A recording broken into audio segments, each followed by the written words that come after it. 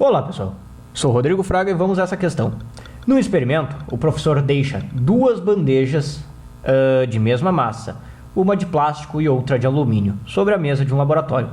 Após algumas horas, ele pede aos alunos que avaliem a temperatura das duas bandejas, usando para isso o tato. Seus alunos afirmam categoricamente que a bandeja de alumínio encontra-se numa temperatura mais baixa. Intrigado, ele propõe uma segunda atividade, em que coloca um cubo de gelo sobre cada uma das bandejas, que estão em equilíbrio térmico com o ambiente, e os questiona em qual delas a taxa de derretimento do gelo será maior. O aluno que responder corretamente aos questionamentos do professor dirá que o derretimento ocorrerá. Pois bem, pessoal, temos então ali duas bandejas, uma de plástico e outra bandeja de alumínio. Bem, o que ocorre? Colocadas essas duas bandejas no mesmo ambiente, após um intervalo de tempo muito grande, essas bandejas entrarão em equilíbrio térmico com o ambiente, como cita a questão. Tá? E o que quer dizer equilíbrio térmico? Significa que as temperaturas da bandeja de plástico e alumínio T1 em T2, que eu chamarei, e relação com a temperatura TA, que é a temperatura ambiente, temos a relação que T1 e T2 serão iguais à temperatura ambiente, ou seja, todos estão à mesma temperatura, o que contradiz o que é citado na questão, né? O que um dos alunos afirma categoricamente. Mas bem, por que então o aluno afirma que a bandeja de alumínio tem uma temperatura mais baixa?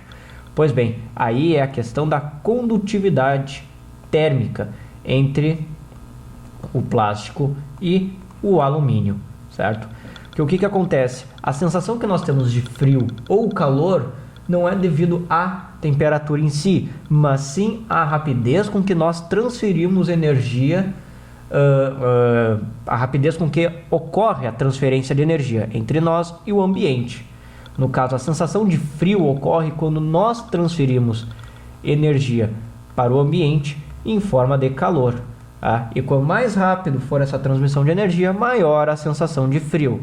Aí, claro, essa transferência de energia, essa rapidez está ligada à variação de temperatura. Mas não é só isso. Está ligado também à chamada condutividade térmica, que é a capacidade de cada material de conseguir conduzir calor. E no caso, o alumínio sendo um metal, ele possui uma condutividade térmica maior que a condutividade térmica do plástico.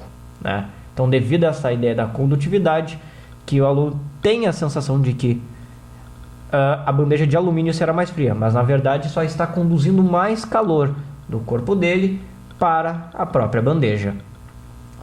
E bem, como a bandeja de alumínio tem uma condutividade térmica maior, ao colocar um cubo de gelo sobre o plástico, a bandeja de plástico e a bandeja de alumínio, como a condutividade térmica do alumínio é maior, irá conduzir mais calor, nesse caso do alumínio, para o cubo de gelo, em comparação com a bandeja de plástico.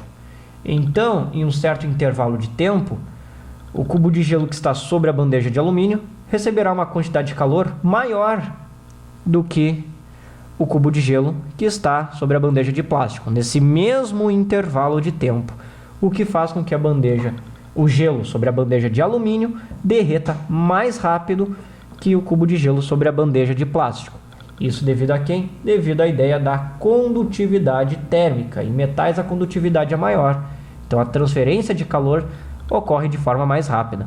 O plástico é considerado quase que um isolante térmico, caso não transfere tanto calor quanto um metal, certo? Bem, vendo as alternativas, letra A. Derretimento ocorrerá mais rapidamente na bandeja de alumínio, pois ela tem uma maior condutividade térmica que o plástico. Ok? Letra B. Mais rapidamente na bandeja de plástico, pois ela tem inicialmente uma temperatura mais alta que o alumínio. Não, pois os dois estão em equilíbrio térmico com o ambiente, ou seja, eles têm a mesma temperatura. C.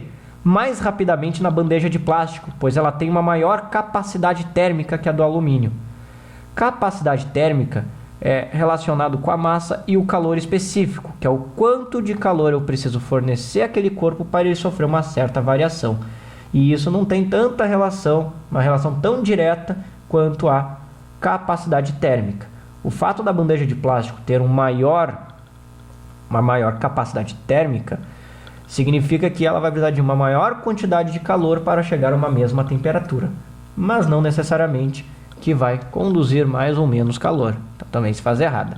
D. Mais rapidamente na bandeja de alumínio, pois ela tem calor específico menor que a de plástico. Também não, pois a ideia do calor específico é quanto que eu preciso para que cada grama, por exemplo, de alumínio varie uma certa temperatura, de 1 grau Celsius no caso.